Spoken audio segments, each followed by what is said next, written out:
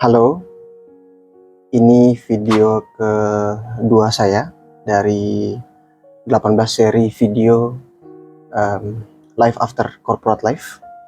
Terima kasih sudah menonton video yang pertama, dan semoga tetap bisa support saya sampai di video ke-18. Dan silakan share juga kalau misalnya video ini bermanfaat untuk teman-teman yang mengalami hal yang sama ya. Mungkin yang sedang setelah resign pengen berbagi cerita, silahkan juga. Dan selama saya persiapan untuk studi S3, saya juga membuka jasa konsultasi untuk teman-teman yang memang di awal tahun ini sedang persiapan untuk melanjutkan pendidikan lewat beasiswa LPDP ya. Saya bisa bantu untuk jasa konsultasinya, juga untuk jasa konsultasi bangunan dan juga arsitektural atau desain bangunan hijau. Silahkan bisa kontak saya di email atau nanti kontak yang tertera di kolom deskripsi di video ini. Jadi untuk teman-teman yang baru pertama kali nonton, perkenalkan saya Fitra. Saya ini hari pertama setelah saya last day di perusahaan saya sebelumnya, dimana saya sudah bekerja di perusahaan tersebut sudah hampir 4 tahun. Bulan April ini harusnya 4 tahun sebagai seorang sustainability officer. Dan Life After Corporate Life ini di beberapa video ke depan mungkin akan saya coba cerita dari dalam mungkin beberapa isu biar lebih fokus ya. Jadi mungkin di video ini saya mau fokus ke 3 aspek besar setelah resign, karena ini saya juga benar-benar sudah mengalaminya per video ini diupload. Jadi kita akan fokus ke 3 isu. Pertama feeling, kemudian financial, dan next plan mau seperti apa. Untuk feelingnya sendiri sebenarnya di awal minggu ini, di minggu sebut saja minggu kedua Januari ya, memang agak awalnya biasa aja sih, cuman kalau diingat-ingat selama di perusahaan ini memang banyak sekali cerita dan juga kenangan yang ada, jadi sedih, bahkan sempat nangis juga di beberapa hari kalau diingat-ingat ya, memori selama bekerja di perusahaan ini. Dan memang feeling yang saya rasakan benar-benar campur aduk gitu, karena memang tidak saya expect untuk resign secepat ini atau di awal tahun 2026, karena memang saya sebelumnya sudah pesimis untuk lolos LPDP atau yakin tidak lolos LPDP, dan sudah mempersiapkan untuk persiapan pendaftaran di tahun ini. Tapi ternyata takdir berkata lain, dan memang sudah harus siap-siap untuk persiapan, karena beasiswa saya adalah beasiswa afirmasi. Memang 4 tahun yang sangat menyenangkan ketika bekerja di perusahaan saya ini, dimana lingkungannya selalu support. Ketika bikin kesalahan, dikoreksinya juga secara profesional. Kemudian ya sangat-sangat healthy sekali bekerja di perusahaan saya ini. Jadi ketika memutuskan untuk resign itu agak berat juga, karena memang seperti sudah keluarga sendiri gitu ya, selama 4 tahun, hampir 4 tahun terakhir. Cuman memang saya sadari bahwa fase-fase awal dari sebuah adaptasi itu memang selalu berat ya. Mungkin ini akan sampai 1 minggu berat beradaptasi dengan kondisi life after corporate life, atau bahkan mungkin sebulan, ada yang sebulan lebih gitu ya semoga saya bisa lebih cepat untuk beradaptasi dari perasaan campur aduk yang saya rasakan setelah resign gitu ya. Dan memang sudah harus siap-siap fokus lagi untuk agenda selanjutnya, yaitu agenda pengayaan bahasa dari LPDP, karena saya adalah beasiswa afirmasi. Jadi singkatnya seperti itu, perasaan saya masih campur aduk di hari pertama setelah last day ini, dan itu mungkin akan teman-teman rasakan, teman-teman yang mau resign, yang sudah lama bekerja di perusahaan dan kebetulan mau resign, itu mungkin perasaan yang teman-teman akan rasakan. Kemudian kita ke isu kedua, ini yang cukup sensitif juga untuk teman-teman yang memikirkan untuk resign. Jadi isu kedua adalah finansial. Semenjak 2002, lebih tepatnya pas pandemi ya, 2020, itu memang banyak kan video-video terkait dengan membahas terkait dengan literasi keuangan itu beredar di YouTube, dan saya cukup tertarik menonton hal itu, di mana salah satu video itu lebih spesifik membahas terkait dengan ketersediaan dana darurat dalam kondisi, ya salah satunya kondisi ketika kita resign. Dan memang alhamdulillah sejak 2023 memang saya 2022 saya memang sudah siapkan tabungan saya untuk dana darurat seperti ini,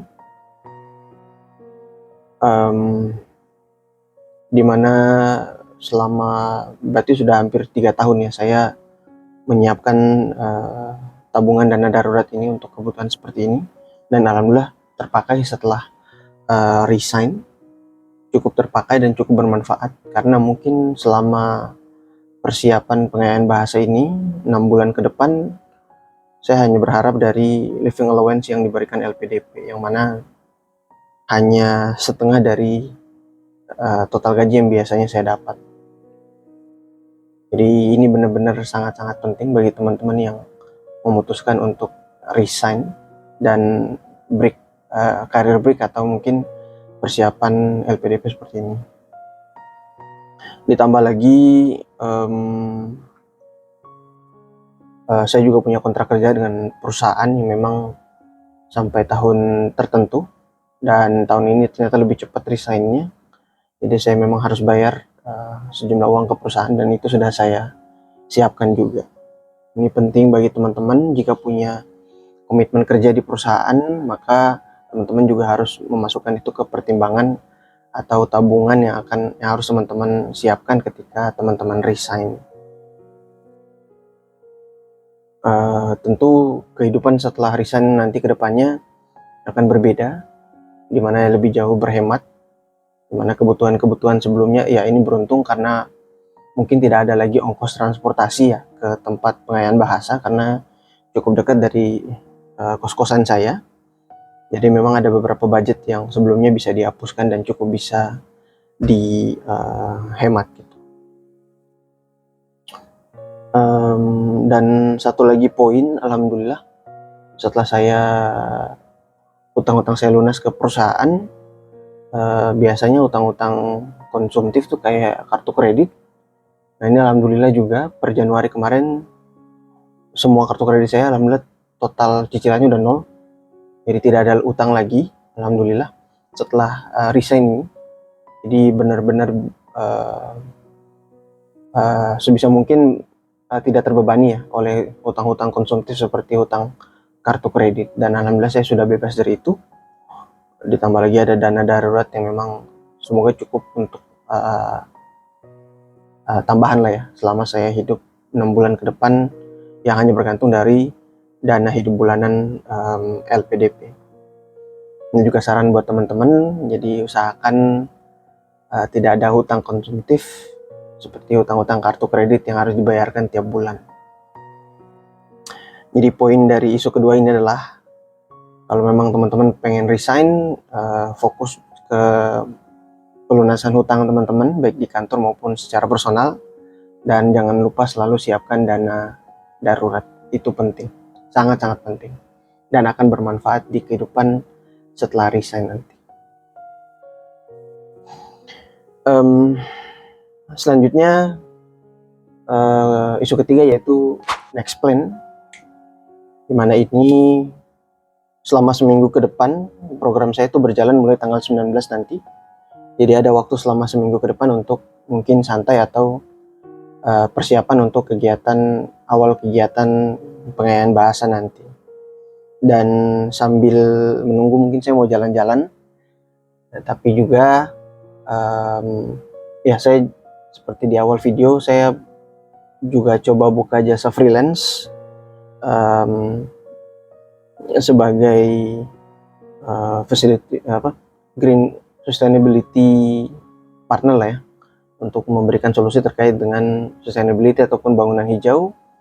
Kemudian saya juga bisa untuk persiapan teman-teman yang memang sedang mempersiapkan untuk ikut LPDP lagi di awal tahun ini. Jadi mungkin saya bisa bantu untuk konsultasi dengan biaya yang tentunya tidak mahal ya, biaya freelance saja. Silahkan dihubungi gitu. Saya juga akan coba bikin beberapa konten di beberapa platform atau sosial media saya. Ada Twitter, ada TikTok, dan juga YouTube. Semoga bisa dapat penghasilan dari ketiga sosial media tersebut. Mohon supportnya juga. Dan ya target saya selama pengayaan bahasa adalah sebenarnya kalau dari kampus mintanya 7, dengan tidak ada overall di bawah 6,5. Tidak ada tidak ada skill yang di bawah 6,5. Jadi semuanya harus minimum 6,5. Tapi saya coba incer IELTS 8. Ya semoga saya bisa dapat, karena 8 angkanya bagus. Dan ya, jadi walaupun sebenarnya bebas dari kehidupan korporat, tapi timeline saya sepertinya mungkin akan jauh lebih hektik di awal-awal tahun 2026 ini. Karena sambil persiapan bahasa, sambil coba daftar kampus atau menghubungi supervisor, sambil juga berharap bisa lolos IELTS 8 atau IELTS 7, hingga nantinya bisa berangkat di bulan Agustus 2026 tahun ini. Itu next plan saya. Jadi minggu ini mungkin akan ada beberapa video di YouTube dan juga di TikTok. Nanti dicek saja. Dan di tanggal 15 nanti saya coba sharing esai LPDP saya terkait dengan esai yang terinspirasi oleh One Piece.